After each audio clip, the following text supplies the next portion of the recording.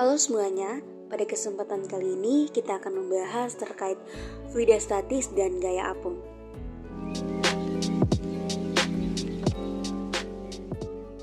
Pernahkah kamu melihat sebuah kapal baja dengan bobot ribuan ton dapat mengapung di atas permukaan laut? Tetapi sebuah kelereng logam seukuran bola pimpong malah langsung tenggelam. Akan muncul pertanyaan dalam benak kita, mengapa kapal baja bisa mengapung padahal masanya sangat besar?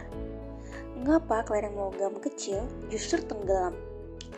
Apa yang membuat benda bisa mengapung atau tenggelam? Apakah ukuran atau bentuk suatu benda bisa mempengaruhi benda tersebut tenggelam?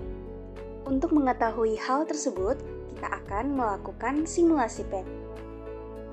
Simulasi PET buoyancy, kita akan melihat daya apung dari suatu benda. Terdapat beberapa mode yang dapat kita gunakan. Yang pertama tuh ada mode compare, ada mode explore, ada mode lab, ada mode shapes, dan ada mode applications.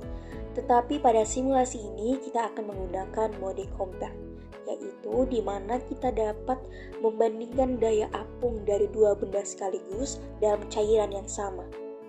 Terdapat dua buah benda yang memiliki massa yang sama, di mana benda 1A adalah batu bata dan benda 1B adalah kayu. Yang berikut yaitu kita akan melakukan simulasi virtual menggunakan simulasi PET untuk membandingkan benda dengan massa yang sama tetapi memiliki volume yang berbeda.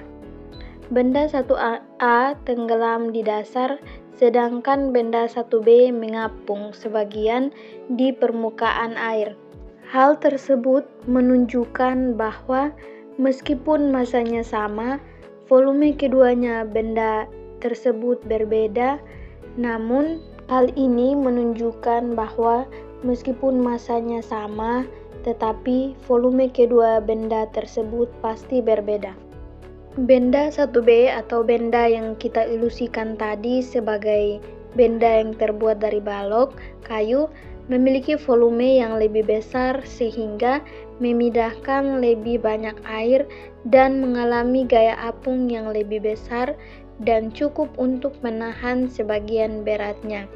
Sementara benda 1A yang tadi diilusikan sebagai benda yang terbuat dari bata itu menghasilkan gaya apung yang lebih kecil dari beratnya, sehingga benda tersebut tenggelam. Kita lihat lagi untuk pengamatan yang kedua, di mana di situ kita memvariasikan massa benda dengan volume yang sama. Pada simulasi tersebut, terlihat terdapat dua buah benda dengan massa yang berbeda dicelupkan ke dalam air.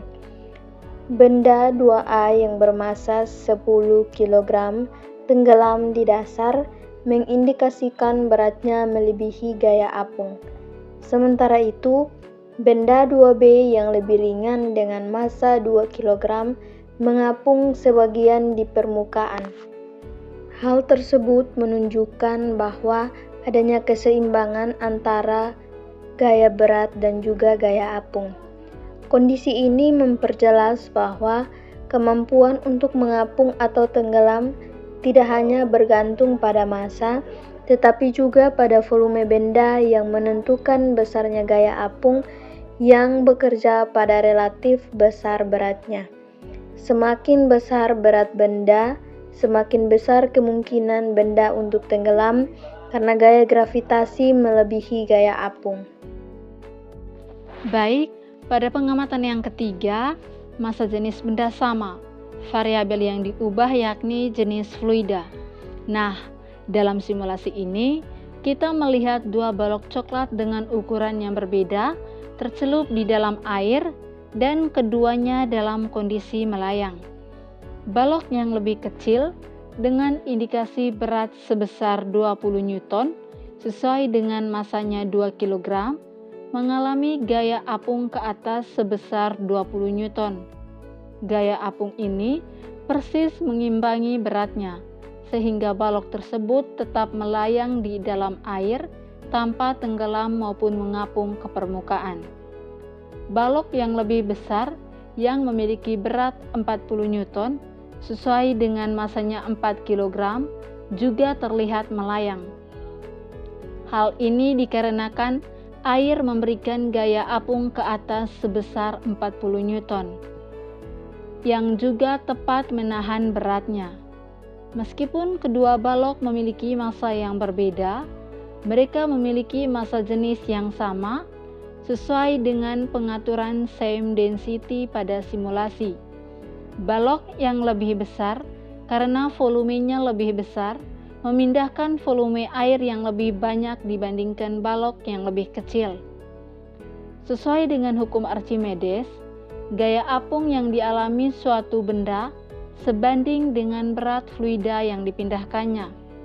Oleh karena itu, balok yang lebih besar memindahkan lebih banyak air, menghasilkan gaya apung yang lebih besar, yang mampu mengimbangi beratnya yang juga lebih besar.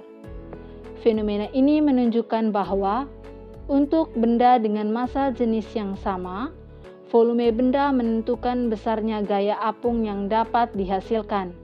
Jika gaya apung sama dengan berat benda, benda akan melayang, terlepas dari perbedaan ukuran atau massa individualnya.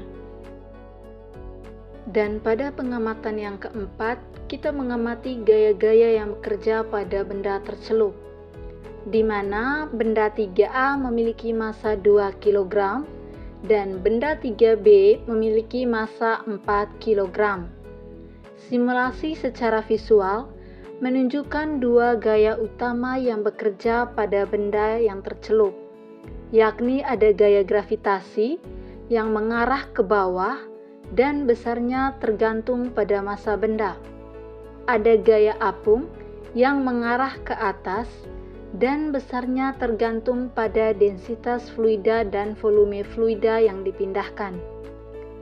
Keseimbangan antara gaya gravitasi dan gaya apung menentukan apakah benda akan mengapung, melayang, atau tenggelam. Jika gaya apung lebih besar dari gaya gravitasi, maka benda akan mengapung. Tetapi jika gaya apung sama dengan gaya gravitasi, maka benda akan melayang. Jika gaya apung lebih kecil dari gaya gravitasi, maka benda akan tenggelam. Dari simulasi yang dilakukan, dapat kita ketahui bahwa mengapa kapal baja bisa mengapung. Meskipun baja jauh lebih padat daripada air, kapal baja dapat mengapung karena prinsip yang dikenai sebagai hukum Archimedes. Hukum ini menyatakan bahwa gaya apung ke atas yang bekerja pada suatu benda yang tercelup sebagian atau seluruhnya dalam fluida akan sama dengan berat fluida yang dipindahkan oleh benda tersebut. Bentuk dari kapal baja. Yang pertama, desain berongga. Kapal baja tidaklah pejal seluruhnya. Sebaliknya, kapal dirancang dengan ruang kosong atau rongga udara yang besar di dalamnya. Kedua, volume besar. Desain berongga ini menyebabkan kapal memiliki volume total yang sangat besar. Ketiga, berat fluida yang dipindahkan. Ketika kapal ditempatkan di air, bagian bawah kapal akan mendorong sejumlah air ke samping dan ke bawah. Volume air yang dipindahkan ini akan sama dengan volume bagian kapal yang berada di bawah permukaan air. Yang keempat, gaya apung. Sesuai dengan hukum Archimedes, air yang dipindahkan ini menghasilkan gaya apung ke atas yang sama besarnya dengan berat air yang dipindahkan. Yang kelima, keseimbangan. Kapal akan terus tenggelam hingga berat air yang dipindahkan sama dengan berat total kapal, termasuk baja dan udara di dalamnya. Pada titik ini, gaya apung ke atas akan menahan gaya gravitasi ke bawah dan kapal akan mengapung. Hal ini juga yang membuat kelereng logam kecil mudah tenggelam karena benda tersebut tidak memiliki rongga di dalamnya, yang membuat volume air yang dipindahkan sangat sedikit. Hal ini membuat lereng mudah tenggelam. Kita juga bisa mengetahui bagaimana peran volume dan rongga udara dalam pengapungan. Yang pertama ada volume. Volume total kapal sangat penting karena menentukan seberapa banyak air yang dipindahkan. Semakin besar volume bagian kapal yang berada di bawah permukaan air, semakin besar pula volume air yang dipindahkan. Dan akibatnya, semakin besar gaya apung yang dihasilkan. Kapal dengan desain yang lebar dan dalam akan memindahkan lebih banyak air dibandingkan kapal yang ramping dan dangkal dengan berat yang sama. Yang kedua ada rongga udara. Rongga udara di dalam kapal memainkan peran penting dalam meningkatkan volume total kapal tanpa menambah berat yang signifikan. Udara jauh lebih ringan daripada baja. Dengan adanya rongga udara, berat rata-rata kapal menjadi lebih kecil daripada berat jenis air. Ini memungkinkan kapal untuk memindahkan volume air yang cukup besar untuk menghasilkan gaya apung yang setara dengan berat total kapal. Itulah penjelasan terkait fluida statis dan gaya apung. Semoga apa yang disampaikan dapat dimengerti dan dipahami ya. Sekian dan terima kasih.